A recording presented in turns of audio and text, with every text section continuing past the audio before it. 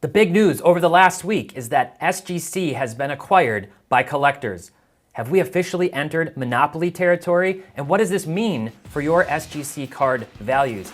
Plus, is it now impossible to actually secure an entire Prism rainbow? We're going to talk about these topics and more now on Cards on the Table.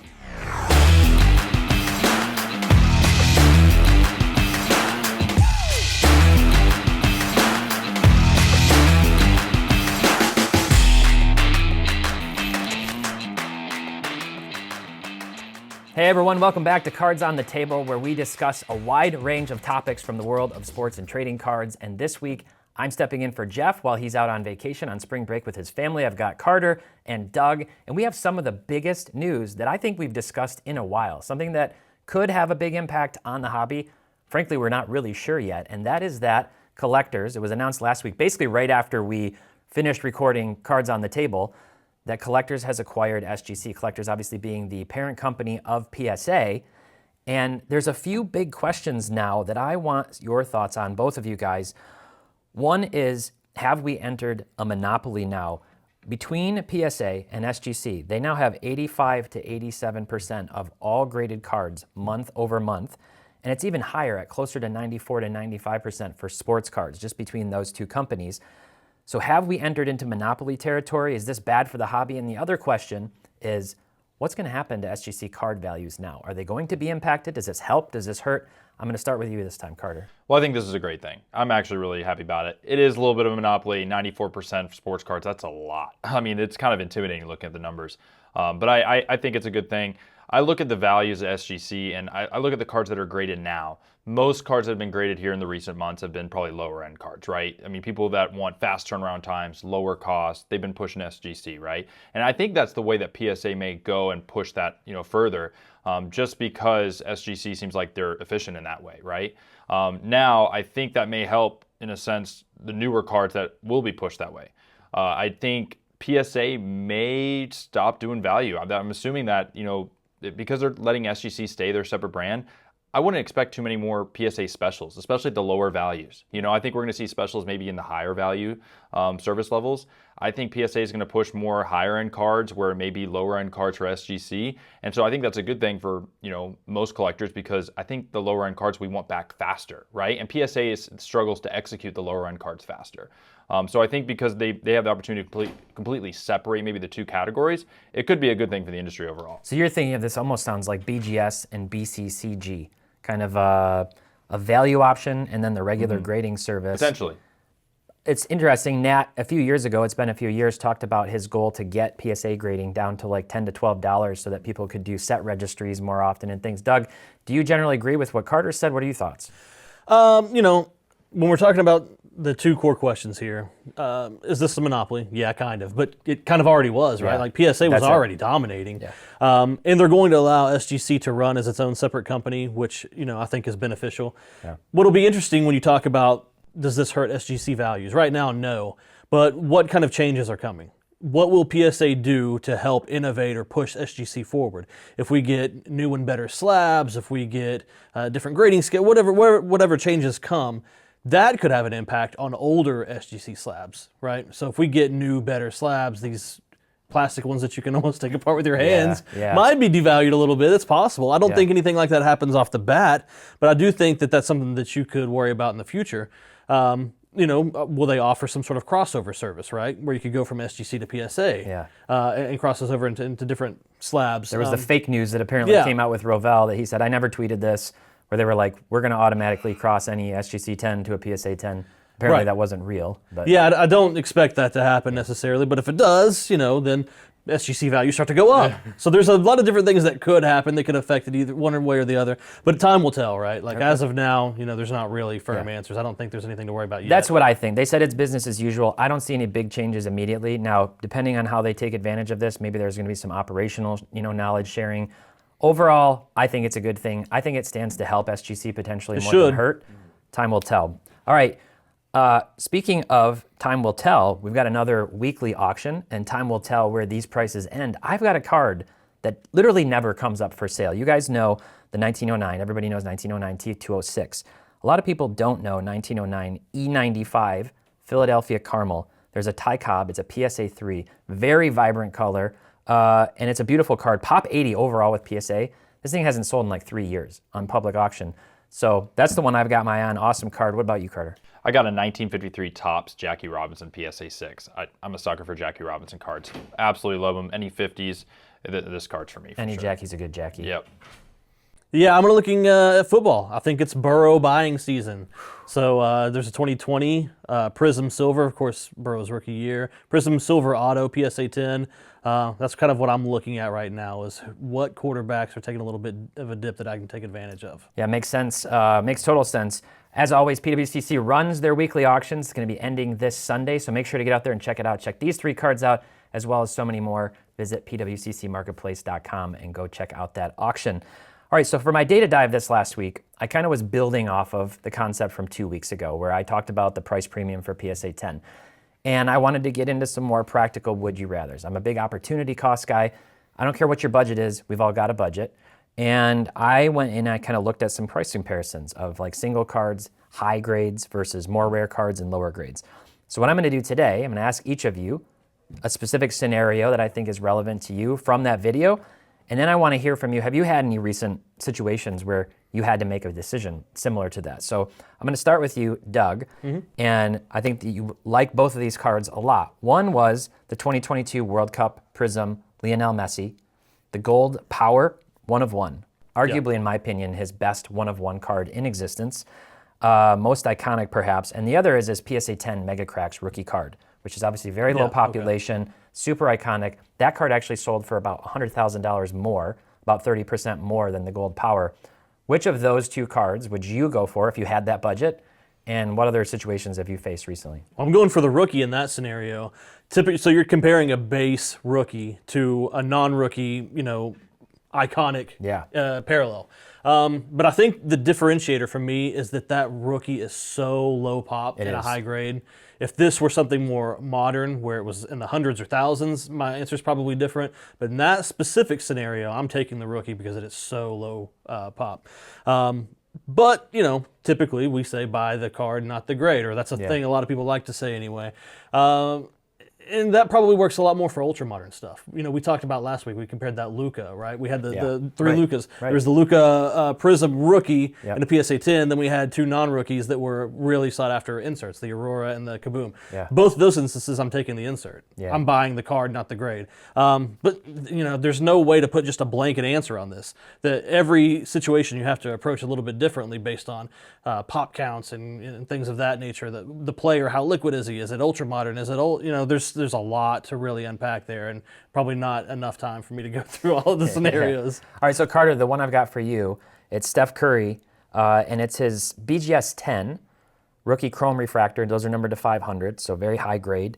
Or his PSA 8 National Treasures gold RPA numbered to 25. Which of those, if you had to pick one, which one would you go for? Well, kind of like how Doug said, I'm a big believer in buy the card, not the grade. So I'm going the RPA all day here. I'm a huge sucker for Topps chrome refractor, especially from that year.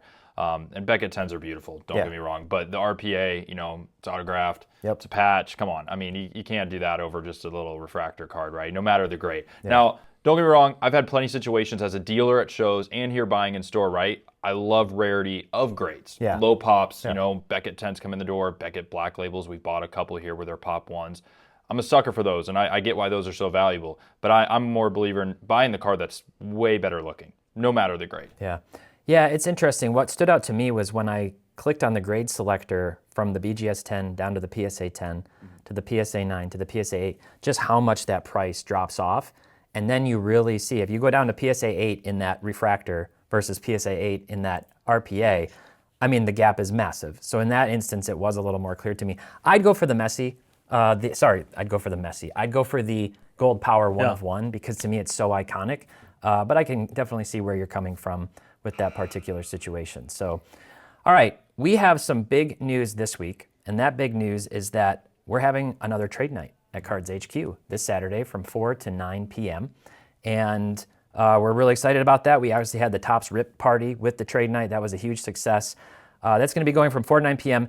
If you're in the Atlanta area, make sure to stop here. It's going to be popping. I'm sure it's going to be really busy. Lots of people making deals. And if you can't make it this time, we're going to be running those every second Saturday of the month for the rest of the year. So plenty of opportunities. If you haven't been in the shop, make sure to stop in. I'm hoping to be here this Saturday, at least for a little bit of. I'm sure you'll be here. Oh, yeah. Doug, are you going to be here? We'll see. It depends on what kind of basketball games are on. All right.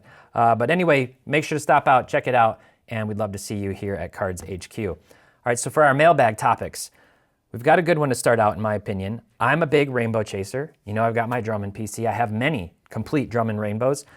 I think I'm one of maybe like 5 to 7 people that I'm aware of, at least on social media, with complete rainbow from 2018 Prism. And it's one that I really like. It took me a lot of work to put it together. That was 38 parallels in total. Prism is now up to 63 parallels in 2023-24. And so the question that was submitted by one of our viewers, is it even possible to put one of these together anymore? Is it worth the chase? Has the rainbow chase died? What do you guys think? Doug, is the juice worth the squeeze? No, it's not. That's an outrageous amount of parallels. It's, you know, we could sit here and have a very long conversation about ridiculous print runs, but I won't beat that dead horse. But 63 parallels is ridiculous. Could you still do it? Yeah, probably, because 50 to 55 of those are probably pretty easy Readily to get. available. Yeah, they're going to be everywhere. My question, as soon as this was posed to me, my question that I immediately thought of is, do you still count it a rainbow if you don't have the 1 of 1? Like, do you have to qualify your rainbow as this is my rainbow without the 1 of 1? Yeah. You're a guy who has a lot of 1 of 1s, so Yeah. I want to hear your take on it. Yeah, so it's like you almost say, would you say, I've got a rainbow versus the rainbow? Yeah, right. The rainbow would be the whole thing, Yes. including the 1 of 1s. I see people posted on social, like, I've got everything but, you know, everything to 10 and higher, Yeah. which can be fun to go after and a little more affordable. Yeah, that's so that was where my mind initially went. Yeah. Was, you know, it's going to be probably easy if you have the funds to get those first 50 or so cards. Yeah. It's those other ones that are going to be Yeah. a little bit harder to get, and that's no different than years past. It's I've always seen gonna be people do it where they don't get the fast break. They get the true colors, Yeah, of course. you know, and Yeah. not the other ones. There's different ways to approach it. But Prism is a product about the rainbows. More than anything, it's more than the autos, more than anything. It's the rainbow chasing. And they've almost made it too difficult. What do you think?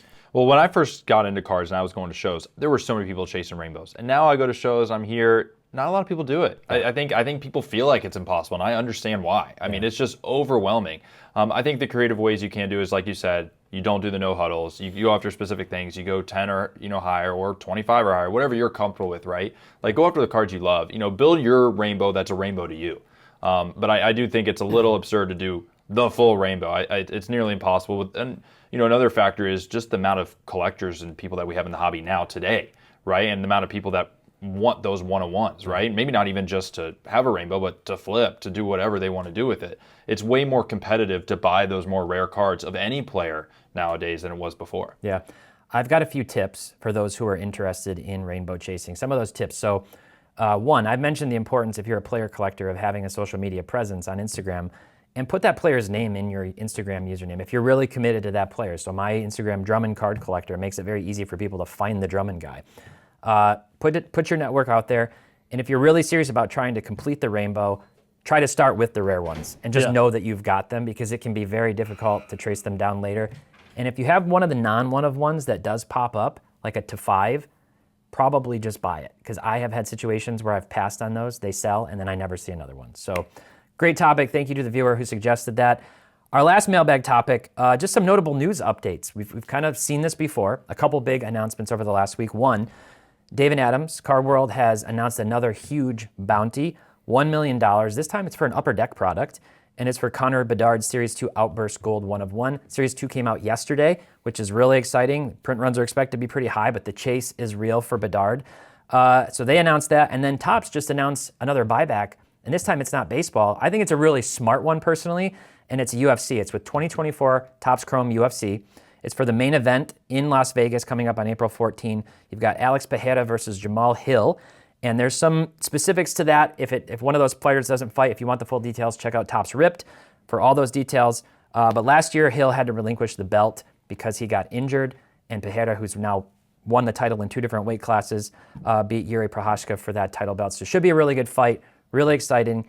What do you think, Carter, seeing this news? the buyback, the bounty. What's your take on all of this? Well, first, the bounty is so exciting. Holy cow. I've never had so many people in Atlanta be so fired up about hockey. I mean, we're in Atlanta, Georgia. We get phone calls all day about hockey. Took our team away from us. Like, I mean, it is, like, I hope the NHL comes back here because the hockey is alive here in Atlanta. It's been unbelievable. And I'm sure everyone's going to be fired up about hockey cards at shows all around the country. I think hockey collecting is super strong right now. So this just even furthers that. Now, the buybacks, again, something super exciting, something different. I don't think people were expecting Topps to get involved in a UFC buyback, right? Yeah. I mean, they only just recently announced that they got the license back, right? Yeah. And this product's about to release here. So super exciting. UFC 300 is going to be a huge event. I mean, there's like 3 main events that night. I mean, the fight card is unbelievable. Yeah. We're already talking about doing an event here at Cards HQ for that. I think it's going to be a blast. And obviously, I mean, just total liquidation of cards like that to have a buyback program is awesome. It brings so many more people into card shops, brings way more people to buy more UFC cards. I think we're growing so many different kind of smaller sport collecting bases. This is a good thing for the hobby so far. Yeah, hockey's one of the most diehard fan bases. A lot of just collectors, and I think UFC is setting itself up that way too. What do you think, Doug? Yeah, you nailed it with, hockey being for diehard collectors. I've gone to the show in Canada and Toronto a couple of times, and it's very much collector-focused over like investor-focused or flipping cards. But that's where this bounty comes into play, right? Now you're bringing in non-collectors that are hunting for this lottery ticket. And I guess that would be the perceived downside, right? Yeah. Too many people gambling on a card that they're probably not going to be able to hit. But bounties aren't anything new. We've seen them from various institutions over the years, and now you've got like Fanatics Live offering bounties on their platform for certain cards being hit. So it's not going anywhere. And generally, I think it's a good marketing ploy. I like the buyback program more than the bounties, and I like what they're doing with UFC right now because when we've had these MVP buyback programs in baseball, it would kind of leak a little bit, I guess, and you would see all these sales happening before it was ever announced. Now we've announced a buyback and we don't even know which card it is yet. Yeah. So now it kind of takes away that aspect of being able to game it so much. Yeah.